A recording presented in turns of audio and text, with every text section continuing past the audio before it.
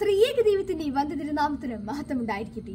ക്രിസ്തുയേശുവിൽ പ്രിയമുള്ളവരെ, നിങ്ങൾക്ക് ഏവർക്കും വേണ്ടി സ്നേഹവന്ദനം. അതിരുകളില്ലാത്ത സാധ്യതകളുടെ പുതിയ ആകാശം തേടിയുള്ള യാത്രയിലാണ് നാം ഓരോരുത്തരും. വിദ്യാഭ്യാസ മേഖലയിലും ശാസ്ത്ര സാങ്കേതിക വിദ്യകളിലും വൈദ്യശാസ്ത്രത്തിലുമെല്ലാം നമ്മുടെ ലോകം ഏറെ പുരോഗമിച്ചുകൊണ്ടിരിക്കുമ്പോഴും മൂല്യച്യുതിയുടെ പ്രളയത്തിൽ നമ്മുടെ സമൂഹം പെട്ടുപോവുകയാണ്. മൂല്യങ്ങൾ നഷ്ടപ്പെട്ട മൂലമുണ്ടാകുന്ന അലയൊലികൾ ഏറെയാണ്. നമ്മുടെ രാജ്യത്ത് ലക്ഷക്കണക്കിന് വിദ്യാർത്ഥികൾ എഴുതുന്ന പരീക്ഷയുടെ ചോദ്യപേപ്പറിന്റെ ചോർച്ചയും മറ്റുള്ളവരുടെ ജീവൻ രക്ഷിക്കുവാനായി തന്റെ ജീവിതം വരെ ഒഴിഞ്ഞുവെച്ച് ഒടുവിൽ ക്രൂര പീഡനത്തിനിരയായ ഡോക്ടർ മോമിതയുടെ വേദനിപ്പിക്കുന്ന വേർപാടും എല്ലാം ഇതിന് ചില ഉദാഹരണങ്ങൾ മാത്രമാണ്. ഇവിടെയാണ് ജീവിതത്തിൽ ചേർത്ത് പിടിക്കേണ്ട മൂല്യങ്ങളുടെ ആവശ്യകത വരുന്നത്. ആയതിനാൽ ജീവിതത്തിൽ അടിസ്ഥാനപ്പെടുത്തേണ്ട ചില മൂല്യങ്ങളെപ്പറ്റി നമുക്ക് ചിന്തിക്കാം. ഞാനിവിടെ നിങ്ങളുമായി 3 ചിന്തകൾ പങ്കുവയ്ക്കുവാനായി ആഗ്രഹിക്കുന്നു. ഒന്നാമതായി, കൈൻഡ്നസ്, കരുണ അഥവാ ദയ. Kindness is the language which the deaf can hear and the blind can see. Mark Twain ഇപ്രകാരമാണ് കരുണയെ നിർവചിച്ചിരിക്കുന്നത്. എന്നാൽ ഇന്ന് പത്രത്താളുകളിൽ മറ്റും കാണുന്ന ഇസ്രായേൽ ഹമാസ് യുദ്ധവും റഷ്യ യുക്രൈൻ യുദ്ധവും ഇസ്രായേൽ ഇറാഖ് യുദ്ധവും നമ്മുടെ രാജ്യത്തിന്റെ അതിർത്തികളിൽ തന്നെ ഉണ്ടാകുന്ന ആക്രമണങ്ങളും നിർഭയ കേസുകളും ഡോക്ടർ വന്ദനയുടെ മരണവും ഡോക്ടർ ഷഹാനയുടെ വേർപാടും എല്ലാം നമുക്ക് കാണിച്ചു തരുന്നത് ഈ ലോകത്ത് നിന്ന് എവിടെയോ കരുണയും കരുതലും ചോർച്ച ചെയ്യപ്പെട്ടു പോകുന്നു എന്നല്ലേ? ആർദ്രതയും അലിവും എവിടെയോ നഷ്ടപ്പെട്ടു പോകുന്നു എന്നല്ലേ? എന്നാൽ കരുണയാണ് മതമെന്നും കരുതലാണ് രാഷ്ട്രീയമെന്നും നീതിയാണ് വികസനമെന്നും ആർദ്രതയാണ് ആത്മീയതയെന്നും മനസ്സിലാക്കുമ്പോൾ മാത്രമേ നമ്മുടെ ജീവിതം കൂടുതൽ പ്രക്ഷോഭമുള്ളതായി തീരുകയുള്ളൂ. ഒരിക്കൽ ഒരു കുട്ടി ഓറഞ്ചുകൾ എല്ലാം വാങ്ങി നിറച്ച ഒരു സഞ്ചിയുമായി റോഡിലൂടെ നടക്കുകയായിരുന്നു. പെട്ടെന്ന് തന്റെ കയ്യിൽ നിന്ന് ആ സഞ്ചി താഴേക്ക് വീഴുകയും ഓറഞ്ചുകളെല്ലാം ചിതറിപ്പോവുകയും ചെയ്തു. പെട്ടെന്ന് അവിടെ അടുത്തുണ്ടായിരുന്ന ഒരു മനുഷ്യൻ ഈ കുട്ടിയെ വളരെ കരുണയോടുകൂടി ഈ കുട്ടിയെ സമീപിക്കുകയും ആ ഓറഞ്ചുകളെല്ലാം തിരികെ സഞ്ചിയിലേക്ക് തിരികെ വെക്കുവാനായിട്ട് സഹായിക്കുകയും ചെയ്തു. തിരിച്ച് വീട്ടിലെത്തിയ കുട്ടി തന്റെ അമ്മയോട് ഈ സംഭവ ബഹുലമായ ഈ കാര്യം അവതരിപ്പിച്ചതിന് ശേഷം കുട്ടി അമ്മയോട് ചോദിച്ചു, എന്നെ ഓറഞ്ചുകൾ പറക്കി വെക്കുവാൻ സഹായിച്ച ആ മനുഷ്യൻ, ഈസ് ദാറ്റ് ജീസസ്? അത് യേശുവായിരുന്നു എന്നെ സഹായിച്ചത്. നമ്മുടെ നായകനായ യേശുവിന്റെ കരുണയുടെ മുഖമാണ്, കരുണയുടെ മുദ്രയുള്ള മുഖമാണ് ആ കുഞ്ഞു മനസ്സിൽ ഹൃദയത്തിൽ പതിഞ്ഞിരിക്കുന്നത്. നമ്മെ യേശു ക്രിസ്തു തന്റെ ഉപമകളിലൂടെയും മറ്റും പഠിപ്പിക്കുന്നതും ഇതുതന്നെയല്ലേ, എങ്ങനെ കരുണയുള്ളവരായി ജീവിക്കുക എന്ന്. വിശുദ്ധ വേദപുസ്തകത്തിൽ വിശുദ്ധ ലൂക്കോസിന്റെ സുവിശേഷം 10-ാം അധ്യായത്തിൽ അപകടത്തിൽപ്പെട്ട ഒരാളെ കരുണയോടും കരുതലോടെയും ചേർത്ത് പിടിക്കുന്ന നല്ല ശമരിയക്കാരന്റെ ഉപമയും, വിശുദ്ധ ലൂക്കോസിന്റെ സുവിശേഷം 15-ാം അധ്യായത്തിൽ മുടിയനായ പുത്രനെ കരുണയോടെയും വാത്സല്യത്തോടെയും സ്നേഹത്തോടെയും ചേർത്ത് പിടിക്കുന്ന പിതാവിന്റെ ഉപമയും, തന്റെ 100 ആടുകളിൽ ഒന്നിനെ കാണാതായപ്പോൾ ആ ഒന്നിനെ തേടിപ്പോയ കരുണയോടെ പോയ അരുമനാഥന്റെ ഉപമയും നമുക്ക് മനസ്സിലാക്കി തരുന്നത് നാമും കരുണയുള്ളവരായി ജീവിക്കുവാൻ ബാധ്യസ്ഥരാണ് എന്നല്ലേ? നമ്മൾ ഓരോരുത്തരും കരുണയുടെ മുഖമുദ്രകളായി മാറുവാൻ സാധിക്കണം. രണ്ടാമതായി എനിക്ക് നിങ്ങളുമായി പങ്കുവെക്കുവാനുള്ള ചിന്ത, ഏവരെയും ഒത്തുചേർത്ത് പിടിക്കുവാനുള്ള ഒരു മനോഭാവമുള്ളവരായി തീരുക എന്നുള്ളതാണ്, പ്രത്യേകിച്ചും സൗഹൃദങ്ങളിൽ. ഏകദേശം 1 മാസം മുമ്പ് തോമസ് മാത്യു ക്രൂക്ക് എന്ന വിദ്യാർത്ഥിയെ പറ്റി, എന്ന യുവാവിനെ പറ്റി നമ്മൾ ഏവരും പത്രങ്ങളിലും സോഷ്യൽ മീഡിയകളിലും എല്ലാം കണ്ടിട്ടുണ്ടാകാം. തോമസ് ക്രൂക്ക് എന്ന ഈ 20 വയസ്സുകാരൻ ഇനി വരുന്ന യുണൈറ്റഡ് നേഷൻസിന്റെ അമേരിക്കയുടെ ഇലക്ഷനിൽ വരെ സ്ഥാനാർത്ഥിയായിരിക്കുന്ന ഡൊണാൾഡ് ട്രംപിനെ വെടിവെച്ച് കൊല്ലുവാനായി ശ്രമിച്ചു. വെറും 20 വയസ്സ് മാത്രമുള്ള ഒരു യുവാവ് ഇത്തരമൊരു പ്രവൃത്തി ചെയ്യണമെന്നുണ്ടെങ്കിൽ അതിന്റെ ഉറവിടം അന്വേഷിച്ചെത്തിയപ്പോൾ നമുക്ക് മനസ്സിലാകുവാൻ സാധിക്കുന്നത്, പഠനകാലത്ത് മാത്തമാറ്റിക്സിലും ഫിസിക്സിലും ഇനീഷ്യേറ്റീവ് അവാർഡ്സ് വരെ നേടിയ അതിസമർത്ഥനായ ഈ യുവാവ് ഒരു അന്തർമുഖനായിരുന്നു എന്നാണ്, ഒരു ഇൻട്രോവേർട്ട്. തന്റെ ഷൂട്ടിംഗ് മത്സരങ്ങളിലും മറ്റു ഷൂട്ടിങ്ങുകളിലും എല്ലാം നിരന്തരം പങ്കെടുത്ത ഇദ്ദേഹത്തെ തന്റെ സഹപാഠികൾ എപ്പോഴും ഒട്ടും ഉന്നമില്ലാത്തവൻ എന്ന് പറഞ്ഞ് കളിയാക്കുമായിരുന്നു.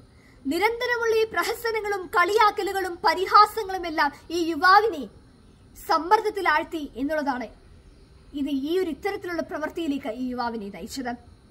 ഒടുവിൽ ഡൊണാൾഡ് ട്രംപിനെ വെടിവെച്ച് കൊല്ലുവാനായി ശ്രമിച്ച ആ സമയം തന്നെ at the spot it self ആ യുവാവിനെ ഡൊണാൾഡ് ട്രംപിന്റെ ആർമി കൊല്ലുകയാണ് ഉണ്ടായത്. നമുക്ക് ചുറ്റും ഇതേപോലെ ഒരുപാട് പേരില്ലേ, അനേകരില്ലേ, ഒറ്റപ്പെടൽ അനുഭവിക്കുന്നവർ, നമ്മൾ അറിയാതെയോ അറിഞ്ഞുകൊണ്ടോ കളിയാക്കുന്നവർ.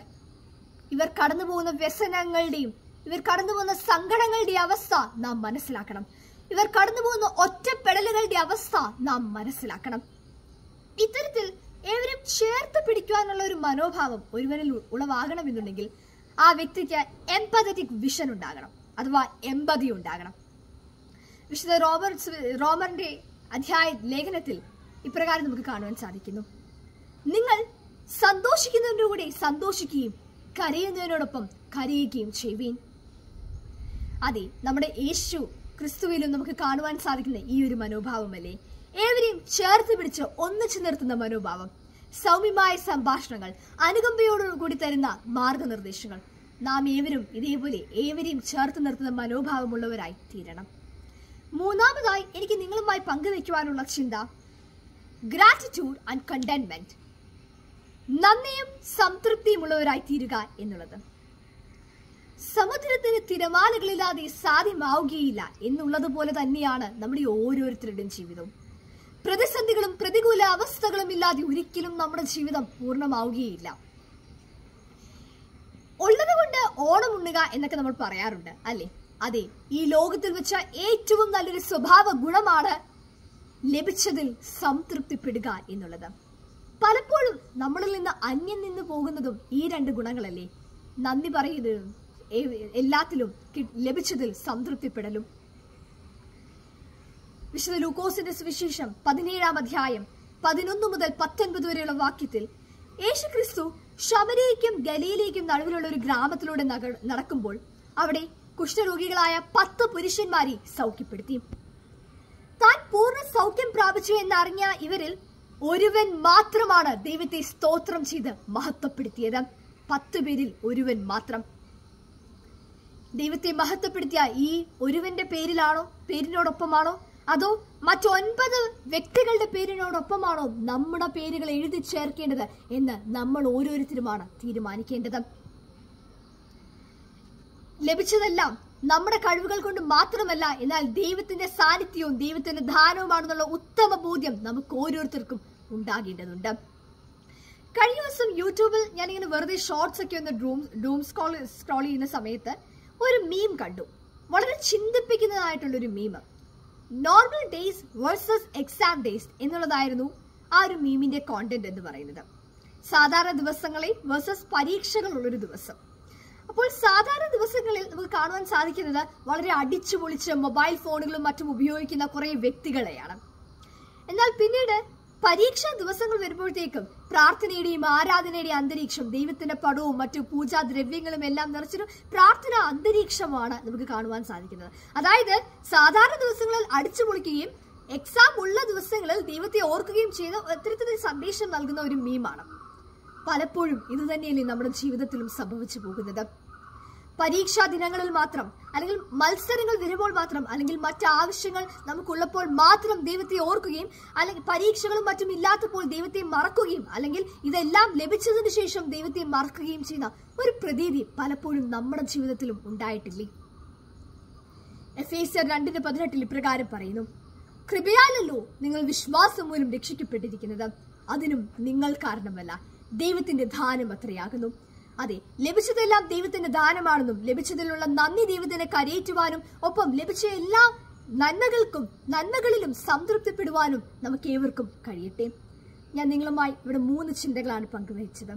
ഒന്നാമതായി കൈൻഡ്നസ്, കരുണയും ദയയും. രണ്ടാമതായി എല്ലാവരെയും ചേർത്ത് പിടിക്കുവാനുള്ള ഒരു മനോഭാവം. മൂന്നാമതായി ഗ്രാറ്റിറ്റ്യൂഡ് ആൻഡ് കണ്ടന്റ്മെന്റ്, നന്ദിയും സംതൃപ്തിയും. വിശുദ്ധ വേദപുസ്തകത്തിൽ ഒരിക്കൽ യോഹന്നാൻ സ്നാപകൻ നടന്നകലുമ്പോൾ ആളുകൾ അദ്ദേഹത്തെ മെഷിഹ എന്ന് വിളിച്ചു. യോഹന്നാൻ സ്നാപകനിൽ ദൈവിക മൂല്യങ്ങൾ ഉള്ളത് കൊണ്ടാണ് ആളുകൾ അദ്ദേഹത്തെ മഷിഹ എന്ന് വിളിച്ചത്. എന്നാൽ നമ്മൾ ഓരോരുത്തരും ഇന്ന് നടന്നകലുമ്പോൾ പീഡകനെന്നും വഞ്ചകനെന്നും ക്രൂരനെന്നും അക്രമിയെന്നും വിളിക്കുന്നുണ്ടെങ്കിൽ നമ്മളുടെ ആ ദൈവിക മൂല്യങ്ങൾ എവിടെയോ ചോർന്നു പോയിട്ടുണ്ട് എന്നല്ലേ ഇതിന്റെ അർത്ഥം? ഗലാത്യരുടെ പുസ്തകം 5-ാം അധ്യായം 22 മുതൽ 23 വരെയുള്ള വാക്യങ്ങൾ: ആത്മാവിന്റെ ഫലമോ സ്നേഹം, സന്തോഷം, സമാധാനം, ദീർഘക്ഷമ, ദയ, പരോപകാരം, വിശ്വസ്തത, സൗമ്യത, ഇന്ദ്രിയജയം. ആത്മാവിന്റെ ഈ 9 ഫലങ്ങൾ നമ്മളിൽ സംശീകരിക്കുവാനും ദൈവിക മൂല്യങ്ങളുള്ളവരായി വളരുവാനും നമുക്ക് ഓരോരുത്തർക്കും സാധിക്കണം. ഇത്തരത്തിൽ കരുണയും ദയയുമുള്ളവരായി, എല്ലാവരെയും ചേർത്ത് പിടിക്കുന്ന മനോഭാവമുള്ളവരായി, ലഭിച്ചതിൽ നന്ദി അർപ്പിക്കുന്നവരും സംതൃപ്തിപ്പെടുന്നവരുമായി നമുക്ക് മാറുവാൻ സാധിക്കട്ടെ എന്ന് ആശംസിച്ചുകൊണ്ട് നിർത്തുന്നു. നന്ദി, നമസ്കാരം.